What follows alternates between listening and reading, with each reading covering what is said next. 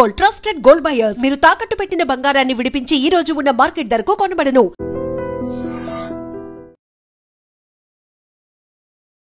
రష్యావాదం, చైనావాదం కాదు, భారతవాదం అనేది వేరేగా ఉంది. కాబట్టి మమ్మల్ని క్షమించండి అపరాధ మనసుతో అని ఒక లెటర్ రిలీజ్ చేశారు.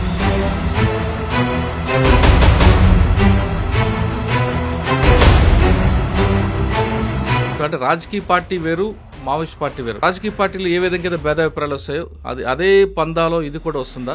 నెక్సలైట్ యూనిట్స్ అనేది ఒక కమాండ్ స్ట్రక్చర్లో వర్క్ చేస్తారు, ఏదైనా ఆర్మ్ ఫోర్సెస్ లాగానే. నక్సలైట్స్ ఇప్పుడు బ్యాక్ ఫుట్లో ఉన్నారు. బ్యాక్ ఫుట్ కాదు, చాలా ఘోర పరిస్థితిలో ఉన్నారు వాళ్ళు. ఇట్లాంటి పరిస్థితుల్లో అమిత్ షా గారు ఒక డెడ్ లైన్ ఇచ్చారు. ఇంకా ఒక 6 నెలలు ఉంటుంది ఆ డెడ్ లైన్కి.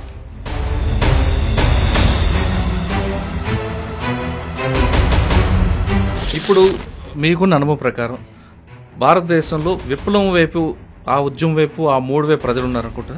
చదువు లేదు మీ పిల్లలకి, ఇదేం గవర్నమెంట్ రా అని చెప్పి తుపాకీ పట్టుకోమంటారు. రేషన్ వద్దు, మీకు రేషన్ ఇవ్వట్లేదు, తిండి ఇవ్వట్లేదు, ఏం గవర్నమెంట్ రా ఇది అని చెప్తారు, మళ్ళీ తుపాకీ పట్టుకుంటారు. భారతదేశంలో సమస్యలు, దానికి ఉన్న భారత ప్రజలకు కావాల్సిన సమస్యల మీద పోరాటం చేసి ఇన్ని దశాబ్దాల పాటు ఉన్న పార్టీ నక్సల్స్ నుండి, పీపుల్స్ వార్ నుండి మావోయిస్ట్ పార్టీగా మారడం అంటే చైనాకు సంబంధించిన వ్యక్తులు వాళ్ళ లీడర్షిప్ని మనం అడాప్ట్ తీసుకోబట్టి కొంత ప్రజలు మనకు దూరం అయ్యారనేది కూడా అనుకోవచ్చు. స్టాలిన్ హైదరాబాద్ లిబరేషన్ కోసం ఆ టైంలో మన కమ్యూనిస్ట్ లీడర్ స్టాలిన్ని కలిసి హైదరాబాద్ని కమ్యూనిస్ట్ ఏరియాగా ఉంచుకుంటాం, మనం రాజ్యంగా తయారు చేద్దామని చెప్పారు.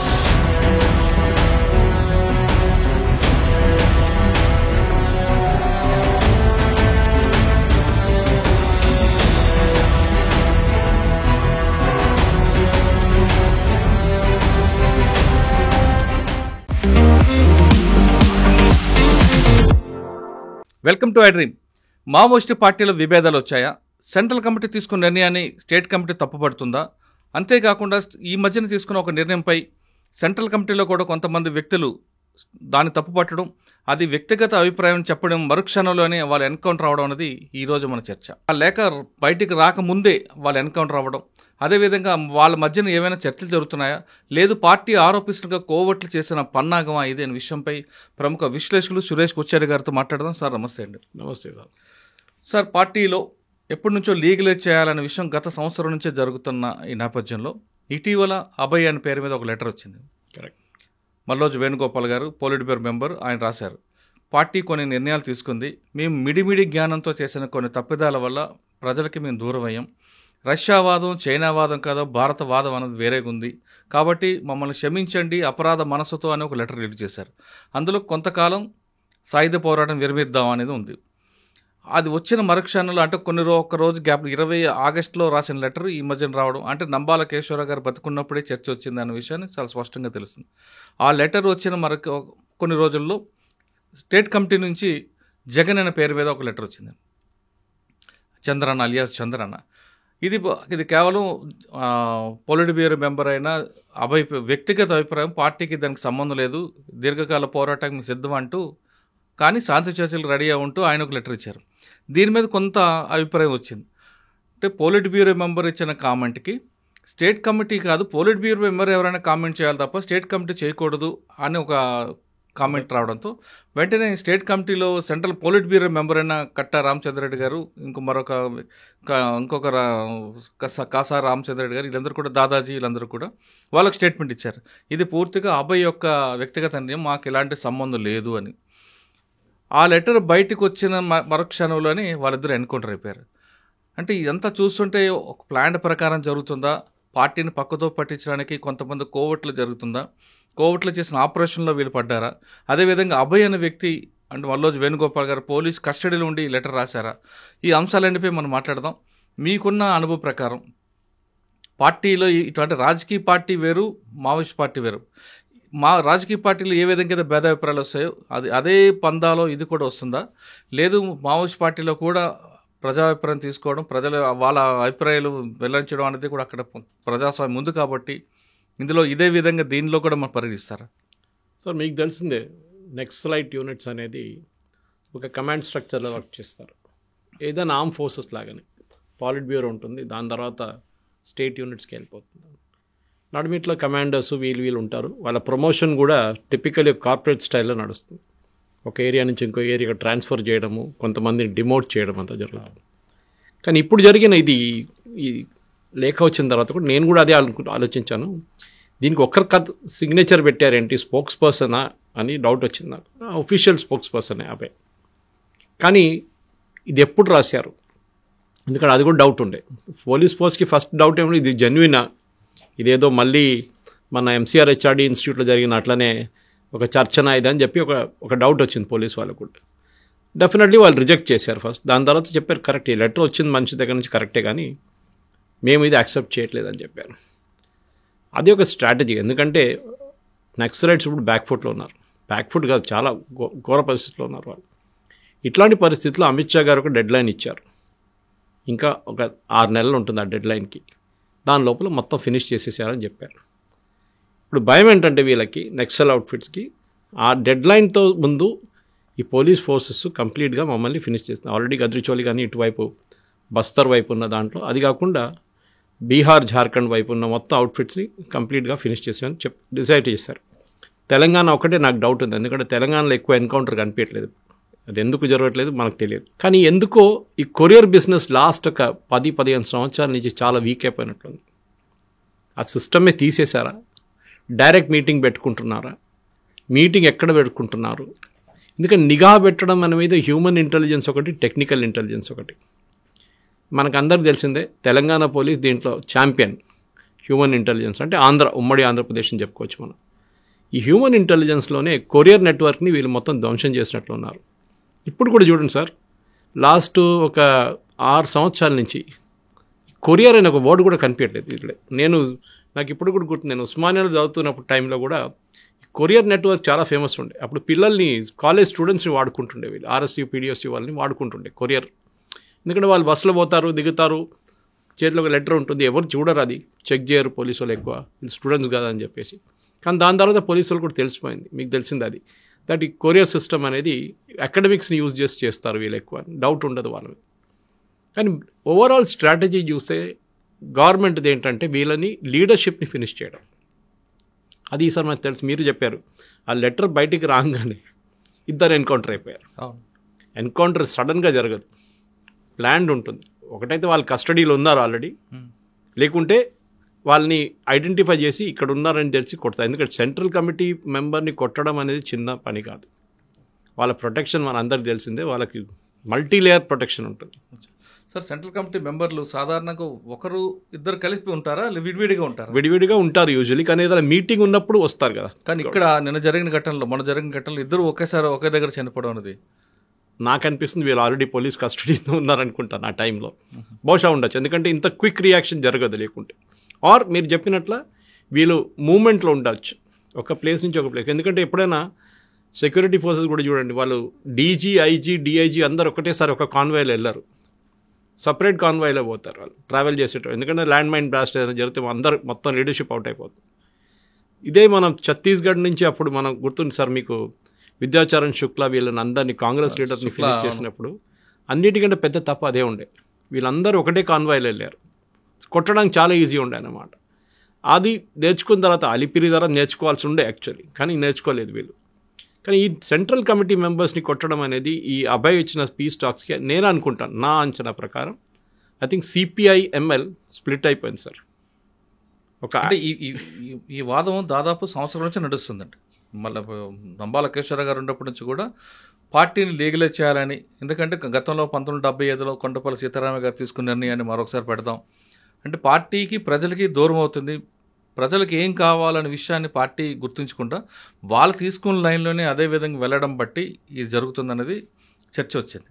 సార్, గవర్నమెంట్కి పోలీస్కి ఇప్పుడు కాదు 15-20 సంవత్సరాల ముందే తెలిసిపోయింది నక్సలిజం అనేది. ఇప్పుడు మీరు నేను దీనికన్నా ముందుకు వస్తారు చెప్పాను, నేను వచ్చేది కేరళ నుంచి. కమ్యూనిజం పుట్టింది అంటే first elected communist government EMS నంబూదిరిపాడు అక్కడే ఎలక్ట్ అయింది. చాలామంది నా ఫ్రెండ్స్ అడుగుతారు మళ్ళీ నక్సలిజం అక్కడ ఎందుకు లేదు, వెస్ట్ బెంగాల్ నక్సల్ బారీ నుంచి మొదలైన నక్సలిజం వెస్ట్ బెంగాల్ ఇప్పుడు ఎందుకు లేదు, ఎక్కడో మహారాష్ట్ర, ఛత్తీస్గఢ్, ఇప్పుడు మనం చెప్పిన జార్ఖండ్ వైపు కొంచెం, తెలంగాణ వైపౌట్ అయిపోయారు ఆల్మోస్ట్ కంప్లీట్గా. వాళ్ళు ఎందుకు ఇక నక్సల్ ఏరియాలు ఎందుకు ఇది రావట్లేదు? హార్డ్ కోర్ నక్సలైట్స్ ఇప్పుడు కూడా సిపిఎం తక్కువేం కాదు, కేరళలో చాలా పట్టు ఉన్నాయి వాళ్ళకి. సిపిఐఎంఎల్కి బీహార్లో ఇప్పుడు కూడా 6 నుంచి 8 సీట్లు వస్తుంది. అంటే న్యాచురల్లీ వాళ్ళకి సపోర్ట్ ఉందని కదా, అందరికి తెలుసు. దే ఆర్ కైండ్ ఆఫ్ ఒక అఫిలియేట్ పార్టీ సిపిఐఎంఎల్ అంటే నక్సలైట్స్తోనే సంబంధం ఉన్న వాళ్ళు. కానీ ఎందుకో నాకు అనిపిస్తుంది ఈ స్ప్లిట్ ఇంజనీర్ చేసింది పోలీస్ వాళ్ళే, స్పెషల్ ఇంటెలిజెన్స్ స్పెషల్ బ్రాంచ్ వాళ్ళు ఉంటారు దీంట్లో, బహుశా దూరిపోయి ఉంటారు పార్టీ లోపల. మీరు చెప్పినట్లు కోవర్ట్ లేకుండా చేయలేరు సార్, మీకు తెలిసింది ఉంది. కోవర్ట్ లేకుండా ఒక ఆపరేషన్ కూడా చేయలేరు వీళ్ళు. కానీ కోవర్ట్ కూడా తెలుసు, వీళ్ళు చిన్న చిన్న గ్రామాల్లో కూడా పోలీస్ ఇన్ఫార్మర్ అని చెప్పి కాల్చి చంపేస్తారు అందరి ముందు. కానీ ఒక సెంట్రల్ కమిటీ మెంబర్ని చేయలేరు కదా. ఆయన పారిపోతుంటే కూడా హెల్త్ ఇష్యూ అని చెప్పి దీనికన్నా ముందు చాలామంది పార్టీ నుంచి బయటికి వెళ్ళిపోయారు, అంటే అవుట్ఫిట్ నుంచి బయటికి వెళ్ళిపోయారు. ఇది ఈసారి కూడా అనుకుంటాను ఒక స్ప్లిట్ జరుగుతుంది. దాంట్లో తెలంగాణ విభాగం సపరేటు, నార్త్ అంటే మిడిల్ నుంచి నార్త్ ఛత్తీస్గఢ్ నుంచి అటువైపు స్ప్లిట్ అయిపోతుంది. ఎందుకంటే తెలంగాణ యూనిట్ డామినేషన్ చాలా సంవత్సరాలు కాదు, ఇప్పుడు నక్సల్ మూవ్మెంట్ మొదలైనప్పటి నుంచి Telangana was dominant.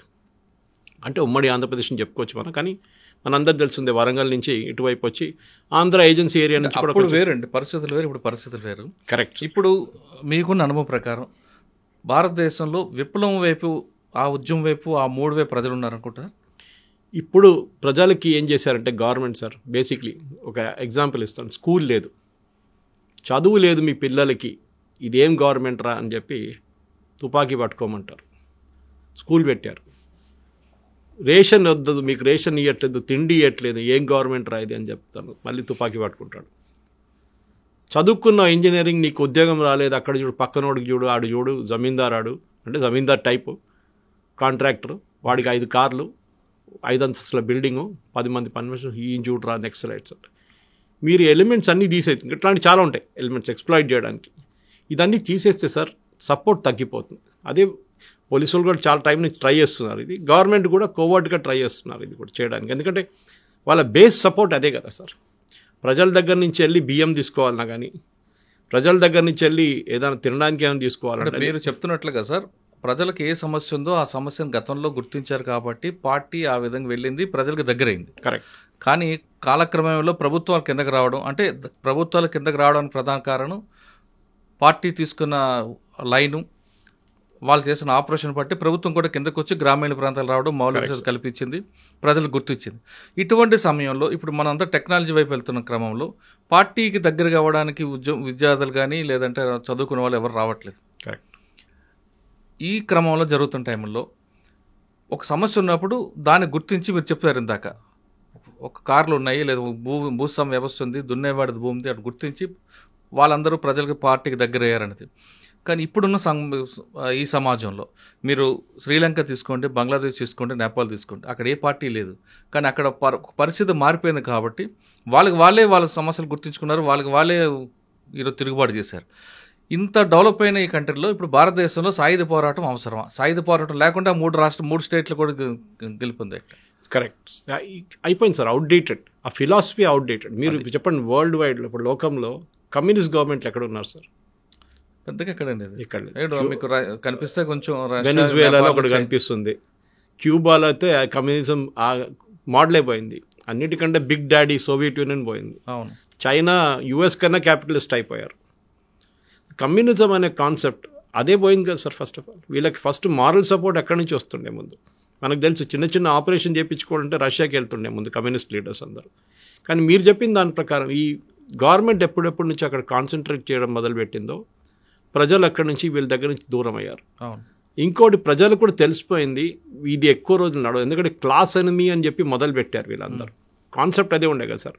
Naxalism concept అంటే బూర్జువా, ఆయన క్లాస్ ఎనిమీ, ఆయన చంపాలి, ఆడు చిన్న కాంట్రాక్టర్ అయితే కూడా వాడిని ఫినిష్ చేయాలి, వాడు డబ్బులు సంపాదిస్తున్నాడు. కానీ అది లాస్ట్ జనరేషన్ సార్. ఒక 1990 తర్వాత పుట్టిన జనరేషన్కి మీరు వరంగల్ వెళ్ళండి, కాకతీయ అక్కడ ఆ ఏరియాలో వెళ్తే మీకు రిక్రూట్స్ దొరకట్లేదు. పీడిఎస్సీ ఎక్కడుంది సార్? ఇప్పుడు లేదు. ఆర్ఎస్సీ ఉందా సార్? ముందు రైతులదే కదా ఉండే, రైతుల వైపు నుంచి ఒకటి ఉండే, ఈ స్టూడెంట్స్ వైపు నుంచి ఒకటి ఉండే, వీళ్ళిద్దరిని రిక్రూట్మెంట్ గ్రౌండ్ పోయింది సార్ వాళ్ళది. కొత్త రిక్రూట్స్ మీరు యావరేజ్ అయితే చూడండి. అంటే దానికి కారణం ఏమనుకోవచ్చు అంటే ప్రజలకు ఏం కావాలనే విషయం గుర్తించకుండా వాళ్ళ భావజాలను ప్రజల మీద వృద్ధం బట్టి ఇది అంత దూరం అనుకోవచ్చు. కరెక్ట్. ఎందుకంటే ఒక యారగెన్స్ వచ్చేసింది సార్ ఈ లీడర్స్కి, నక్సల్ లీడర్స్కి. మేము చెప్పిందే నిజం, మీరందరూ వినాల్సిందే. కాలం మారిపోయింది సార్ చాలా మటుకు. మనం ఇందాక అనుకున్న 3 దేశాల్లో ఏ పార్టీ సపోర్ట్ లేదు, ప్రజలకు సమస్య గుర్తించుకున్నారు, వాళ్ళే రోడ్ల మీదకి వచ్చారు. కరెక్ట్. నేపాల్ ఎందుకు జరిగింది సార్? నేపాల్లో చిన్న ఒక రోడ్ యాక్సిడెంట్ తో మొదలైంది కంప్లీట్. నేపాల్ అవ్వచ్చు, బంగ్లాదేశ్ అవ్వచ్చు, శ్రీలంక అవ్వచ్చు. శ్రీలంకలో డిఫరెంట్ కాంటెక్స్ట్ ఉండే, అక్కడ ఉన్న గవర్నమెంట్ టోటల్ కరప్ట్ ఉండే. బంగ్లాదేశ్లో రిలీజియస్ యాంగిల్ ఉండే, ఒకటి షేక్ హసీనాని తీసిపడేయాలండే, అక్కడ ఒక రిజర్వేషన్ పాలసీ మీద గొడవ అయింది. అది నేపాల్ ఏమో అక్కడున్న మోడర్న్ రాజాస్ లండన్కి వెళ్ళి సెల్ఫీలు తీసుకొని వేస్తున్నారని చెప్పి అక్కడున్న పిల్లలు కోపం వచ్చి వాళ్ళు రోడ్డు మీద దిగారు. కానీ ఈ పరిణామాలు ఎందుకంటే పార్టీ గుర్తించట్లేదు? గతంలో బడుగు బలహీన వర్గాల కోసం, వాళ్ళ అభివృద్ధి కోసం నిలబడ్డ పార్టీ, రైతుల కోసం, పేదవాళ్ళ కోసం కష్టపడ్డే పార్టీ, వాళ్ళ త్యాగాలు మాత్రం ఎవరు మర్చిపోలేవు. వాళ్ళు ఎండనక వాననక ఎక్కడ అడవిలో ఉంటారు, కష్టపడతారు, అన్నీ చేశారు. అంటే రక్త సంబంధం కన్నా వర్గ సంబంధం గొప్పదని నమ్మిన పార్టీ వాళ్ళు ప్రజలకు ఏం కావాలి, ప్రజలు ఇప్పుడు ఎందుకు ఏం కోరుకుంటున్నారు అనే విషయాన్ని మర్చిపోయి అదే భావజాలంతో అదే సాయుధ పోరాటం అనేది ఎంచుకోవడం అనేది మనం ఏ విధంగా అనుకోవాలండి? నల్గొండ, కరీంనగర్, ఖమ్మం వైపు నక్సలిజం మీరు ఇప్పుడు కూడా తిరిగితే అమరవీర స్తూపాలు అన్నీ కనిపిస్తున్నాయి. లాస్ట్ ఒక 5 సంవత్సరాలు ఏదైనా ఎన్కౌంటర్ జరిగిందా సార్ అక్కడ? మేజర్ ఎన్కౌంటర్ ఏం లేదు. అంటే ఇప్పుడు పార్టీ మీరు అన్నట్లుగా తెలంగాణ వైపు షెల్టర్ జోన్గా పెట్టుకుంది. అదే. సో ఏమవుతుందంటే వీళ్ళ బేసిక్ రిక్రూట్మెంట్ గ్రౌండ్ పోయింది సార్ వీళ్ళది. ఒకటి, ప్రజలు దూరం అయిపోయారు. ఎందుకు దూరం అయ్యారు? నెక్స్ట్ జనరేషన్ వీళ్ళ ఫిలాసఫీని బిలీవ్ చేయట్లేదు. ఇప్పుడు కూడా వాళ్ళ నాన్నగారు ఉంటే వాళ్ళు బహుశా ఇప్పుడు కూడా సింపతి ఉండొచ్చు నక్సల్ అవుట్ఫిట్. ఇంకోటి, ఊర్లలో కూడా పిల్లలు బయటికి చదువుకోవడానికి వెళ్తున్నారు. ఊర్లలో ఎవరు లేరు ఇప్పుడు. అక్కడున్న అందరు ముసలోళ్ళు, లేకుంటే వాళ్ళు ఒక మిడిల్ ఏజ్డ్ 40-45 ఉన్నారు. పిల్లలు యంగ్స్టర్స్ అందరూ సిటీకి వెళ్ళిపోతున్నారు, అక్కడ వెళ్ళి చదువుకుంటున్నారు. వీళ్ళకి రిక్రూట్మెంట్ లేదు అక్కడి నుంచి. ముందేముంది సార్, ఒక మోటివేషన్ చేయడం, తుపాకీ ఇవ్వడం, డబ్బులు పంచిపెట్టరు కదా, ఓపెన్గా పంచిపెట్టరు. శాలరీ ఏం లేదు కదా నక్సలిజం అవుట్ఫిట్స్లో. కానీ అక్కడ కూడా మీరు చూడండి, సరెండర్ చేసిన వాళ్ళు ఎందుకు సరెండర్ చేస్తున్నారు చూడండి సార్. ఒకటి, వాళ్ళు హెల్త్ రీజన్ అని చెప్తారు. రెండవది, మనం మారిపోయాం, మన దారి నుంచి మారిపోయినాం, టోటల్ మారిపోయిన తర్వాత మాకు ఇప్పుడు ప్రజలతో సంబంధం ఏం లేదని చెప్పి మేము సరెండర్ చేస్తున్నాం. అంటే సరెండర్ చేసినోడు ఎక్స్క్యూజ్ ఉంటుంది ఏదైనా ఒకటి. కానీ మీరు 70, 80, 90కి వచ్చిన తర్వాత 90 తర్వాతనే మార్పులు మొదలైంది సార్. అండ్ స్పెషల్లీ 2010 తర్వాత మీరు చూస్తున్నారు కంప్లీట్గా ఒక నక్సల్ అవుట్ఫిట్స్కి ఒక డిక్లైన్ మొదలైంది. కానీ మోదీ గారు వచ్చిన తర్వాత, స్పెషల్లీ అమిత్ షా గారు వచ్చిన తర్వాత ఈ నక్సల్ మూమెంట్ని కంప్లీట్గా ఫినిష్ చేసేయాలని చెప్పి, ఎందుకంటే మనం 2.5 ఫ్రంట్ వార్ అంటాం. బిపిన్ రావత్ గారు ఒకసారి చెప్పారు, ఇది పాకిస్తాన్, చైనా అండ్ నెక్సల్స్. అది అర్బన్ నెక్సల్స్ ఉండొచ్చు, రూరల్ నెక్సల్స్ ఉండొచ్చు. కానీ వీళ్ళని కంప్లీట్గా వైప్అవుట్ చేయాలి. ఎందుకంటే ఒకటి మీరు చూసుంటారు, వేదాంత కానీ మైనింగ్ కంపెనీస్ దగ్గర డబ్బులు గుంజుకుంటుండే ముందు వీళ్ళు ట్యాక్స్లు కలెక్ట్ చేసుకుంటుండే. అది పార్టీ ఫండ్ అంటారు వాళ్ళు, ఏదైనా పేరులో పెట్టుకోవచ్చులే. మీరు రెసీట్ కూడా ఇస్తారో అది కూడా తెలియదు నాకు. ఇస్తారు రెసీట్ కూడా, ప్రతిది కూడా అకౌంట్ ఉంటుంది. సో అట్లాంటి దాంట్లో నేను వాళ్ళని సమర్థించడం కాదు, వాళ్ళు కలెక్ట్ చేసిన ప్రతి డబ్బు, ప్రతి ఖర్చు, ప్రతిది కూడా పేపర్ మీద ఉంటుంది. సో అది ఆ ఫిలాసఫీ ఆ టైంలో ఉండొచ్చు. బహుశా ఇప్పుడు ఎట్లయిపోయిందండి, ఇప్పుడున్న వాళ్ళకి కొంచెం యంగ్స్టర్స్కి కొంచెం లగ్జరీ కస్టమ్డ్ అయిపోయారు. ఈ అడవిలో ఎన్ని రోజులు ఉంటారు సార్? ఒక మోటివేషన్ ఉండాలి కదా. ఇప్పుడు మీరు షే గౌరా చూస్తే బొలివియన్ జంగిల్స్ నుంచి ఫైట్ చేసినప్పుడు కూడా ఆ టైంలో ఒక ఫిలాసఫీ ఉండే, మేము ఒక మార్పు తీసుకురాబోతున్నాం. లాస్ట్ ఏమైంది సార్? షే గౌరా కాల్పులు చనిపోయారు కదా ఆయన. అంటే అదొక మీరు చెప్తున్న కారణంతో పాటు నక్సల్స్ భారతదేశంలో సమస్యలు, దానికి ఉన్న భారత ప్రజలకు కావాల్సిన సమస్యల మీద పోరాటం చేసి ఇన్ని దశాబ్దాల పాటు ఉన్న పార్టీ నక్సల్స్ నుండి, పీపుల్స్ వార్ నుండి మావోయిస్ట్ పార్టీగా మారడం అంటే చైనాకు సంబంధించిన వ్యక్తులు వాళ్ళ లీడర్షిప్ని మనం అడాప్ట్ తీసుకోబట్టి కొంత ప్రజలు మనకు దూరం అయ్యారనేది కూడా అనుకోవచ్చా? చైనా డిక్లైన్ కూడా ఒక రీజన్ సార్ దీనికి. స్టాలిన్ ఒకసారి, అప్పుడు రష్యాకి వద్దాము, స్టాలిన్ హైదరాబాద్ లిబరేషన్ కోసం ఆ టైంలో మన కమ్యూనిస్ట్ లీడర్ స్టాలిన్ని కలిసి హైదరాబాద్ని కమ్యూనిస్ట్ ఏరియాగా ఉంచుకుంటాం, మనం రాజ్యంగా తయారు చేద్దామని చెప్పారు. Stalin was all for it. మీరు కూడా చదువుంటారు, చాలా పుస్తకాలు ఉన్నాయి తెలంగాణ గురించి. కానీ స్టాలిన్ ఒక మ్యాప్ వేసేసి, మ్యాప్ టేబుల్ మీద పెట్టి నాకు సీ రూట్ చూపించమన్నారు. ఎక్కడుంది సీ? మన బే ఆఫ్ బెంగాల్ ఇటు అరేబియన్ సీ ఎటు వెళ్ళొచ్చు మనం అని అడిగితే లేదు కనెక్షనే లేదన్నారు. ఫర్గెట్ ఇట్ అని చెప్పి బంద్ చేసి పడేశారు. వీళ్ళందరూ తిరిగి వచ్చారు, పెద్ద పెద్ద కమ్యూనిస్ట్ లీడర్లు ఆ టైంలో. చాలామంది దాంట్లో నుంచి ఆంధ్ర మహాసభ నుంచి వెళ్ళిన వాళ్ళు ఉన్నారు దాంట్లో. వాళ్ళు ఏం చెప్పారు, ఆ టైంలోనే కమ్యూనిస్ట్ మూవ్మెంట్ని భారతదేశంలో మనం తీసుకురాలేమని చెప్పి అప్పుడే గుర్తుపట్టారు.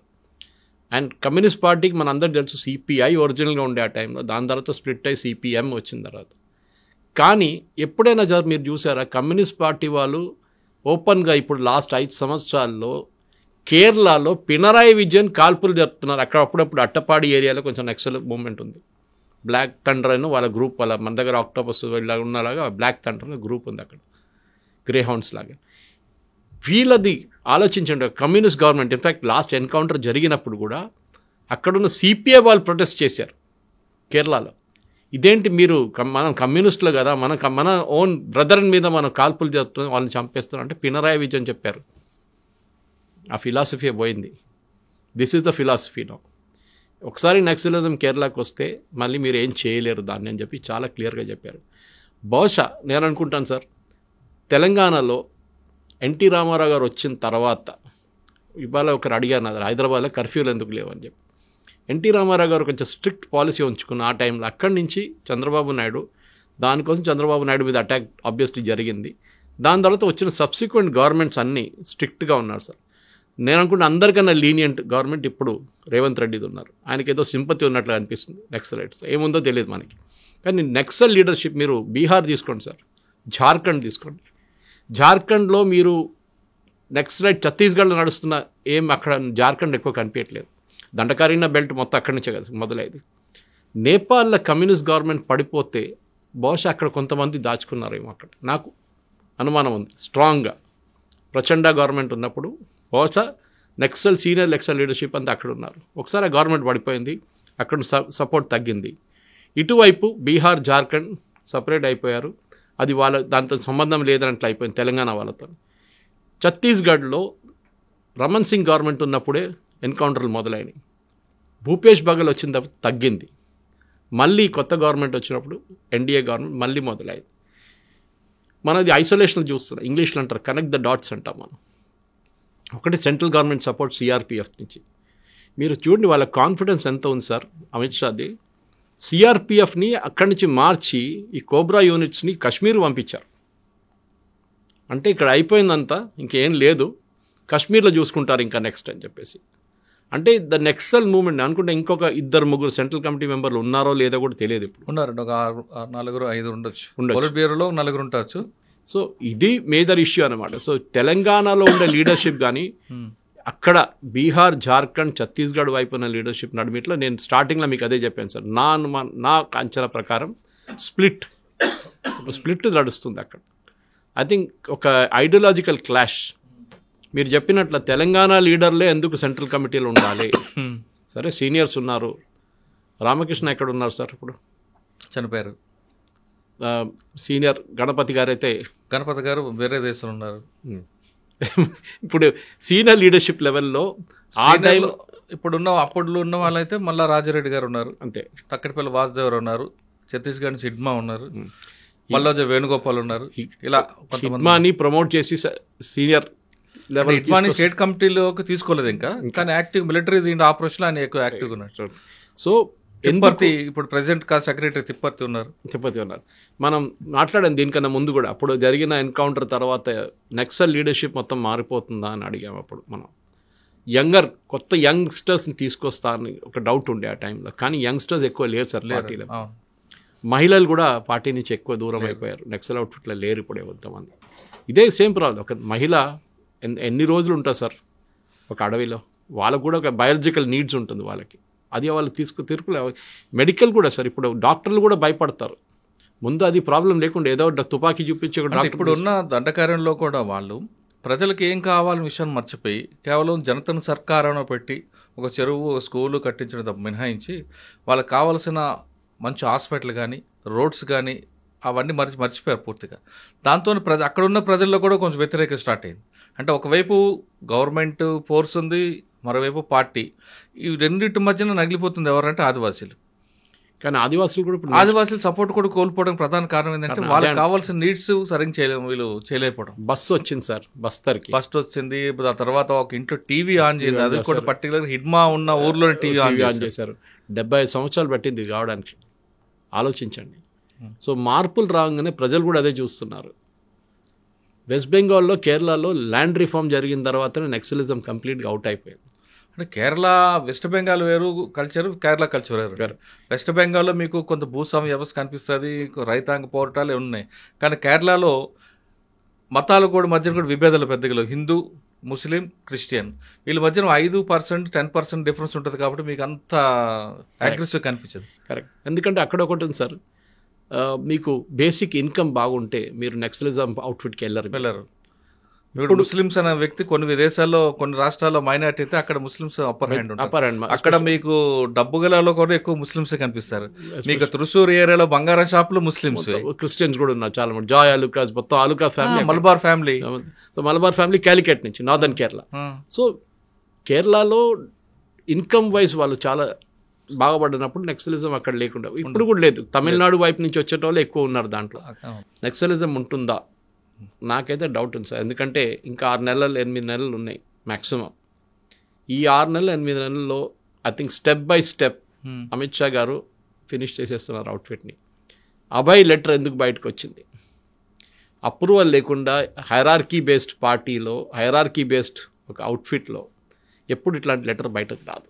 మీకు తెలిసిందే, ఒక చిన్న కమ్యూనికే ఇష్యూ చేయాలంటే కూడా పాలిట్ బ్యూరో కూర్చొని పాలిట్ బ్యూరో డిసైడ్ చేసి వాళ్ళు ఇష్యూ చేస్తారు. కమ్యూనిస్ట్ పార్టీలో కూడా అంతే, సిపిఐ కానీ సిపిఎంలో వాళ్ళు అవైలబుల్ కూర్చొని మాట్లాడే కొంత టైం లేదు, వాళ్ళకి అంత కమ్యూనికేషన్ లేదు. ఇప్పుడు అంతా పోలీసులకు ఒత్తిడి ఎక్కువ ఉంది కాబట్టి. కరెక్ట్. ఎందుకంటే ఇప్పుడు అంత హ్యూమన్ ఇంటెలిజెన్స్ ఐ థింక్ డబ్బులు విపరీతంగా ఖర్చు పెడుతున్నారు పోలీసులు, నో డౌట్ అబౌట్. వాళ్ళకి ముందు కూడా ఉండే అన్అకౌంటెడ్ క్యాష్, అది దానికి ఆడిట్ లేదు, మనకు అందరికి తెలిసింది, ఎస్ఆర్ అమౌంట్ అంటారు. సో దాన్ని వీళ్ళు వాడుకుంటున్నారు. అండ్ ఐ థింక్ ప్రజలు కూడా దీంతో మీరు చెప్పినట్టు ఒక స్కూల్ రాగానే, లేకుంటే అక్కడ ఒక బస్సు వచ్చినా కానీ, ఒక టెలివిజన్ సెట్ వచ్చినా కానీ, కమ్యూనిటీ హాల్ కట్టినా కానీ వీళ్ళకి డెఫినెట్గా డెవలప్మెంట్ చూస్తున్నారు. ఈ డెవలప్మెంట్ అనే మాట మీదనే నెక్స్ట్ రైట్లు ఇన్ని రోజులు ఆడుకున్నారు. ఆ డెవలప్మెంట్ గవర్నమెంట్ తీసుకొచ్చినప్పుడు న్యాచురల్గా మొత్తం ఇక్కడి నుంచి ఎగిరిపోతుంది. ఇంకోటి వీళ్ళ మీద ఉన్న నిఘా సార్, అది చాలా టైట్ అయిపోయింది. మీకు తెలిసిందే, ఒక దళం ఇక్కడి నుంచి అక్కడ మూగానే వీళ్ళకి తెలిసిపోతుంది. ఎవరో ఉన్నారు, డెఫినెట్గా కోవర్ట్లు ఉంటారు, ఎక్కడ లేని కోవర్ట్లు అన్ని ప్లేసెస్లో ఉంటారు. కోవర్ట్లో ఉంచుకొనే వీళ్ళు డెఫినెట్గా అదంతా చేస్తున్నారు. నేను స్టార్టింగ్లో చెప్పింది కొరియర్ కూడా, ఆ కొరియర్ సిస్టమ్ బహుశా మొత్తం ధ్వంసం అయిపోయింది. ఇప్పుడు అది లేదు, ఆ కొరియర్ సిస్టమ్ లేదు. నాకు ఇప్పుడు కూడా గుర్తుంది, ముందు నేను కాలేజ్ చదువుకున్నప్పుడు మన రామ్నగర్ గుండు అని మా ఇంటి దగ్గర ఏరియా ఉండి, ఒకరే పక్కన నిలబడి మాట్లాడుతాం, మేము 5 మాట్లాడు, సడన్గా స్పెషల్ బ్రాంచ్ వచ్చి దిగి ఒక ఇంటి లోపల అయితే 10 మంది పట్టుకొచ్చేస్తారు వాటికి. తర్వాత అడిగితే కొరియర్లు అంటున్నారు వీళ్ళంతా. మీ దగ్గర రామ్నగర్ ఒకటి, హిమాయత్ నగర్ ఎక్కువ కొరియర్. ఇప్పుడు మేము ఉండే ఏరియా కూడా యాప్రాల్, అటువైపు అల్వాల్ కూడా చాలా ఫేమస్ ఉండే ఇదంతా. కానీ మా ఇంటి దగ్గర కదా గద్దర్ ఇల్లు ఉండే. అప్పుడు నెక్స్ట్ గద్దర్ ఫ్యామిలీ కూడా చూడండి సార్, ఇప్పుడు వాళ్ళ కూతురు మంచిగా స్కూల్ నడిపిస్తున్నారు. ఆయన ఉన్నప్పుడు కూడా ఆ స్కూల్ ఉండే వెంకటాపురంలో. ఇప్పుడు అది షిఫ్ట్ అయ్యి కొంచెం ఆ బ్రిడ్జ్ దగ్గరకు వచ్చేసింది. అది వాళ్ళకు కూడా అర్థమైపోయింది, మెటీరియల్ కంఫర్ట్ అనేది కావాలి మాకు. మేము ఎన్ని రోజులు అడవిలో ఉంటాం. వరవర్రావు కానీ, గద్దర్ కానీ, ప్రొఫెసర్ హర్గోపాల్ కానీ వీళ్ళందరూ కరెక్టే, ఫిలాసఫీ వైజ్ బయట నిలబడి మీరు ఎయిర్ కండిషన్ రూమ్లో కూర్చొని మాట్లాడవచ్చు. వాళ్ళు అడవిలో ఉన్నారు, వాళ్ళు ఎన్ని రోజులు ఇది చూసుకుంటుంటారు. మేము కూడా ఒకరోజు ఇదంతా పక్కన పెడేసి సొసైటీకి వచ్చేస్తాం, అయిపోయింది. ఎందుకు ఎప్పుడు చూసినా టెన్షనే కదా సార్. ఎప్పుడు మీరు అన్నట్లుగా ఆ విధంగా వచ్చారనుకుంటా, భావజాలం చనిపోద్ది కదా. పోతుంది సార్. ఎక్కడుంది సార్ కమ్యూనిజం? అదే నేను ఇంకా ముందు అడిగాను, ఎక్కడుంది కదా? రొమేనియా పోయిందా సార్? పోలాండ్ పోయిందా? ఇప్పుడు బొలీవియా పోయిందా? ఒక మిగిలింది ఒక వెనిజువేలా ఒకటే. అక్కడ మన పరిస్థితి తెలిసేట్లుంది. క్యూబా అసలు ఎక్కడ లేదు క్యూబాలో. కానీ కొంతమంది మాత్రం అడవిలో ఉండి ఆ భావజాలం కాపాడడం కోసం చివరి వరకు ప్రాణాలు కోల్పోవడానికి కూడా సిద్ధంగా ఉన్నారు. మళ్ళీ వాళ్ళ ఎండ్ గేమ్ వాళ్ళకి తెలిసిందే. అంటే ఇలా ఇన్ని సంవత్సరాలు లాక్డౌన్ ఉన్నాం కదా, ఇంకెందుకు బయటకని అది ఉండొచ్చు. ఎందుకంటే వాళ్ళకు కూడా తెలుసు, బహుశా వాళ్ళకి సరెండర్ చేయడం ఆపర్చునిటీ ఇక్కడ ఇవ్వరేమో. అంటే వాళ్ళ ఉద్దేశం ఏంటంటే అడవిలోనే కానీ చనిపోతే అమరుడై ఉంటాం కదా అని. ఎవరి కోసం? అదే ఇప్పుడు అక్కడ వచ్చిన క్వశ్చన్ మార్క్ అక్కడే. ప్రజల కోసం ప్రజలు ఎవరు వాళ్ళు సింపతి ఉండదు సార్, ఉండట్లేదు. ముందు ఉండే అన్నలు వచ్చారంటే వాళ్ళు బియ్యం ఇవ్వడము, అది ఇవ్వడము, ఇది అంత పెద్ద ఇది ఉండే, ఇది పెడుతుండే కదా, మీటింగ్లు పెడుతుండే, అక్కడ కొన్ని నిర్ణయాలు తీసుకుంటుండే. నాకు ఇప్పటికీ అర్థం కాని ఒక ప్రశ్న ఉందండి. మనకు జన్మనిచ్చిన తల్లి తండ్రిని కాకుండా వర్గం కోసం వెళ్ళి చనిపోతే మనకు జన్మనిచ్చే తల్లిదండ్రులు ఎవరు చూస్తారు? గుడ్ క్వశ్చన్, మంచి ప్రశ్న. ఇప్పుడు ఆర్మీలో ఉన్న స్ట్రక్చర్ చూడండి, ఇండియన్ ఆర్మీలో మీరు ఆర్మీలో ఒక ఫైరింగ్లో లేకుంటే ఎక్కడన్నా ఒక ఎన్కౌంటర్లో మీరు చనిపోతే, టెర్రరిస్ట్తో ఎన్కౌంటర్ జరిగినప్పుడు ఎవరు చూసుకుంటారు సార్? ప్రభుత్వం చూస్తారు కదా వాళ్ళకి. ఎగ్జాక్ట్లీ. మీరు ఇక్కడ ఎవరు చూస్తారు? ఇక్కడ ఎవరు లేరు. అంటే నేను నా కొడుకును కని ప్రజల కోసం నేను పార్టీకి ఇస్తే నేను చివరి దశలో నేను అనాథగా చనిపోవాలా? అది. సో మీకు ఎవరు ఇస్తారు డబ్బులు? సరెండర్ చేస్తే ఎవరు ఇస్తారు? సరెండర్ చేసి ప్రభుత్వం ఇస్తుంది. కానీ ఆవిడ అనాథ చనిపోతే నా దహన సంస్కారం ఎవరు చూస్తారు? అదే. సో మీరు సరెండర్ చేయండి. అదే ఇప్పుడు టాక్ నడుస్తుంది కదా. మీరు సీజ్ ఫైర్ అనట్లేదు, సరెండర్ అంటున్నారు. మేము ఆయుధాలు కింద పడేసి సరెండర్ చేస్తాం. ఎంసీఆర్ హెచ్ఆర్డీ ఇన్స్టిట్యూట్లో జరిగింది అది కాదు కదా. అప్పుడు అది చర్చలు నడిచింది. అప్పుడు ఆ టైం వాడుకుంటారు. ఇప్పుడు దీనికన్నా ముందు కూడా మనం మాట్లాడుకున్నాం దీని గురించి. ఎప్పుడైనా మీరు సీజ్ ఫైర్, ఇప్పుడు హమాస్ ఇజ్రాయెల్ సీజ్ ఫైర్ ఎందుకు జరగట్లేదు? ఇజ్రాయెల్ ఏమంటున్నారంటే హమాస్కి టైం ఇచ్చినారనుకో వాళ్ళు రీగ్రూప్ చేసుకుంటారు, ఆయుధాలు కొనుక్కుంటారు, ట్రైనింగ్ ఇస్తారు. కానీ నక్సల్ అవుట్ఫిట్స్కి ప్రాబ్లం ఏమొచ్చిందంటే వీళ్ళకి ఫ్రెష్ రిక్రూట్స్ రావట్లేదు. రావు కూడా రాదు. ఎందుకంటే ఎవరు ఇప్పుడున్న మీరు వెళ్ళరండి సార్. ఉస్మానియాలో చేతిలో మొబైల్ ఫోన్ లేకపోతే ఉండలేడు పరిస్థితుల్లో, భుజాలు బ్యాగ్ వేసుకొని కొండలు ఎక్కగలడా? అదే అంటున్నా. ఆ ఫిలాసఫీ వేరు ఉండే ఆ టైంలో. అప్పుడు భావజాలం వేరు, ఆ కసి ఉండేది. అప్పుడు ఉస్మానియా కానివ్వండి, అప్పుడున్న కాకతీయ ఫిలాసఫీ వేరు. కరెక్ట్ అండి. పాటలు చూసిన తర్వాత, పాటలు విన్న తర్వాత లోపలికి వెళ్ళాలి. వీళ్ళందరూ చాలా మంది ఇంజనీర్సే కదా, వీళ్ళ నుంచి వాళ్ళందరూ చాలా మంది. మీరు రామకృష్ణ గారు తీసుకోండి, గణపతి గారు, అందరూ వరంగల్ యూనివర్సిటీ స్టూడెంట్స్ అండి వీళ్ళు. సో వాళ్ళేదో ఏం చెప్తారు, అన్ఎంప్లాయిడ్ గా రోడ్డు మీద మన చనిపోయిన ఇద్దరు కూడా అగ్రవర్ణాలు, వాళ్ళు రెడ్డి, రామచంద్ర రెడ్డి. వాళ్ళకేం తక్కువ ఉండండి? వాళ్ళకేం తక్కువ ఉంటుంది? భూస్వాములు అంటారు వాళ్ళని, వాళ్ళే కదా. అవును. మళ్ళీ అదొక ఫిలాసఫీ మీద ఉన్నారు వాళ్ళు. ఆ ఫిలాసఫీ పోయింది సార్. ఇప్పుడు మీరు చెప్పింది కరెక్టే. ఒకటి, ప్రజలు దూరం అయిపోయారు. రెండో, ప్రెషర్ గవర్నమెంట్ వైపు నుంచి. మూడోదేమో డెవలప్మెంట్ ప్రజలు చూస్తున్నారు. ఒక స్ట్రీట్ లైట్ వేయంగానే, ఒక రోడ్ వేయంగానే, ఒక బస్సు రాగానే, ఒక టెలివిజన్ సెట్, కమ్యూనిటీ హాల్ కట్టగానే, కుటుంబిషన్ తీసుకొచ్చి ఇచ్చినప్పుడు మహిళలకి ఉద్యోగం, కొంచెం పని వచ్చేది, వాళ్ళకు జీతం వచ్చింది. ఇదన్నీ చూసినప్పుడు ప్రజలు అంటారు ఎందుకురా లేనిపోయిన ప్రాబ్లం, దీంతోనే మనం నడిపించుకుందామని చెప్పి. మీరు సరే ఇంకా కొంతమంది 10 మందో 15 మందో, ఈవెన్ 100 మంది అని పెట్టుకుందాం సార్, రిమైనింగ్ ఫోర్స్. వీళ్ళు అప్పుడప్పుడు వెళ్ళి ప్రజల దగ్గర వెళ్ళి ప్రజలు పెట్టేసి కొంతమందిని ఇన్ఫార్మర్ అని చంపొచ్చు. ఇప్పుడు కూడా చేయొచ్చు అట్లాంటి. కానీ చేసిన తర్వాత నెక్స్ట్ రిజల్ట్ వాళ్ళకి తెలుసు ఏమవుతుంది అనేది, చాలా క్లియర్ ఉందని. ఓకే సార్, వాళ్ళు ఆయుధాలు విడిచిపెట్టి బ్యాలెట్ ద్వారా, అంటే బుల్లెట్ కాకుండా బ్యాలెట్ ద్వారా రావాలని, ఎందుకంటే అటువంటి నిస్వార్థంగా వ్యక్తులు ఇప్పుడు సొసైటీకి కావాలి. ఒక రాజకీయ నాయకుడు కార్పొరేటర్ పోటీ కోట్ల ఖర్చు పెడుతున్న ఈ టైంలో వాళ్ళు వచ్చి ఎలాంటి అవినీతి లేకుండా, కరప్షన్ లేకుండా ఒక ఎన్నికలు నిలబెడితే ప్రజలు కూడా సిద్ధంగా ఉన్నారు, సర్పంచ్ గానో, ఒక ఎమ్మెల్యే గానో, ఒక ఎమ్మెల్సీ గానో గెలిపించడానికి. అటువంటి వాళ్ళు వచ్చి పోటీ చేయొచ్చు కదండి. చేయొచ్చు. ఎవరు ఆపలేదు సార్. దీనికన్నా ముందు ఎప్పుడైనా ఆపారు? ఎవరు ఆపరు కదా. రావచ్చు కదా, పోటీ చేయొచ్చు కదా. వాళ్ళ సిద్ధాంతాన్ని, వాళ్ళు అనుకున్న ప్రజల కోసం చేస్తున్న కార్యక్రమాల్ని వాళ్ళ బ్యాలెట్ ద్వారా చేయొచ్చు కదా. అసెంబ్లీ ఎలక్షన్ అంటే 25 కోట్లు ఖర్చు పెట్టాలి, మా దగ్గర డబ్బులు లేదంటారు. అసలు అవసరం లేదు, వాళ్ళకి అవసరం లేదు యాక్చువల్ డబ్బులు. పోటీ చేయొచ్చు కదా. అది కరెక్ట్. సో మీరు ప్రచండ గవర్నమెంట్ చూడండి సార్. నేపాల్లో 3 గవర్నమెంట్స్ ఉండే మెయిన్గా, ఎప్పుడు కూడా ఉన్నది. ఒకటి నేపాలీ కాంగ్రెస్ పార్టీ, మిగతా 2 మావోయిస్టులు, కమ్యూనిస్ట్ గవర్నమెంట్స్. అక్కడ మళ్ళీ ప్రజలు ఎందుకు విత్డ్రా చేశారు సార్? అక్కడ ఎందుకు యంగ్స్టర్స్ రోడ్డు మీద వచ్చారు? కరప్షన్. అంటే నక్సల్ అవుట్ఫిట్స్లో కూడా కరప్షన్ వచ్చేసింది అక్కడ. ప్రచండ ఎన్ని రోజులు గవర్నమెంట్లో ఉన్నారు సార్ ప్రధానమంత్రిగా? ఎక్కువ రోజులు ఉండకపోయారు కదా. అంటే మీరు కమ్యూనిస్ట్, ఒక యూటోపియన్ సిచ్యువేషన్ కదా, అందరు చెప్తుంటారు కదా. క్యూబా చూడండి, ముందు ఫిడెల్ కాస్ట్రో ఉన్నప్పుడు ఏం క్యూబా అని, మా కేరళలో చాలా ఫేమస్ అది మోడల్, డెవలప్మెంట్ మోడల్ అంటే క్యూబా మోడల్. ఏం డెవలప్ అంటే ఎవరికి తెలియదు. అది ప్రజలకు తిండి లేదు, ఏం లేదు అక్కడ, అది డెవలప్మెంట్ మోడల్. వెనిజువేలాలో ఒక బ్రెడ్ లోఫ్ తీసుకోవాలంటే లారీ మొత్తం క్యాష్ తీసుకెళ్లాల్సి వస్తుంది. ఇది ప్రాబ్లం. నక్సలిజం అనేది ఫస్ట్ కమ్యూనిజం బేస్ చూస్తే కమ్యూనిజమే వైప్అవుట్ అయిపోయింది కంప్లీట్గా. మీరు సాలిడారిటీ అండ్ లెక్ వెలెస్ ఆ టైంలో తీసుకొచ్చిన మూమెంట్ పోలాండ్లో, అప్పటి నుంచి కమ్యూనిజం అక్కడ పోయింది. ఇక్కడ గోర్బచోవ్ తీసుకొచ్చి పెరెస్ట్రాయికా తీసుకొచ్చిన తర్వాత కమ్యూనిజం ఇక్కడ పోయింది. భారతదేశంలో అట్లా ఒక మూమెంట్ జరగలేదు. కానీ ఈ డెవలప్మెంట్ తీసుకొచ్చిన తర్వాత మీరు బస్సులు పెట్టడం, అదంతా ఫోటో ఆప్ అంటారు సార్, ఆప్టిక్స్ అంటారు ఇంగ్లీష్లో. ఒక్క బస్సు చాలు, దాని ఇంపాక్ట్ ఉంటుంది. ఆ ఫోటో వస్తుంది, అన్ని పేపర్లు వస్తుంది. ఆ బస్సు మళ్ళీ నెక్స్ట్ డే నుంచి వచ్చిందో లేదో ఎవరికి తెలియదు. కానీ ఫస్ట్ డేతో బస్సు వచ్చింది, అది చాలా ఇంపార్టెంట్ అనమాట. లైట్లు వచ్చేసాయి, స్కూళ్ళు కట్టారు, కమ్యూనిటీ హాల్ కట్టారు, టెలివిజన్ సెట్ పెట్టారు, కమ్యూనిటీ టెలివిజన్స్. అరే డెవలప్మెంట్ ఇది అని చెప్పేసి. సో ఇప్పుడున్న యంగ్స్టర్స్కి మెటీరియల్ కంఫర్ట్, మీరు చెప్పినట్లు ఒక మొబైల్ ఫోన్ లేకుండా ఉండలేరు. వాడు ఒక ఏం చెప్తారు, ఒక సిటీకి వెళ్ళి కొంచెం తిరిగి రావడానికి దానికన్నా వాడు ఎంతోమంది సిటీ నుంచి వస్తారు సార్, నన్ను కలవడానికి వస్తారు కొంతమంది పిల్లలు. నేను చెప్తే ఇంత దూరం ఎందుకు వస్తున్నావు బాబు, నన్ను ఫోన్లో మాట్లాడొచ్చు కాదు సార్, మిమ్మల్ని కలవడానికి వస్తుంది సార్ అంటారు. గంట సేపు కోసం వాడు 6 గంటలు ట్రావెల్ చేసి వస్తాడు. ఏంటంటే మనకు నాలెడ్జ్ కావాలి సార్ అంటున్నారు.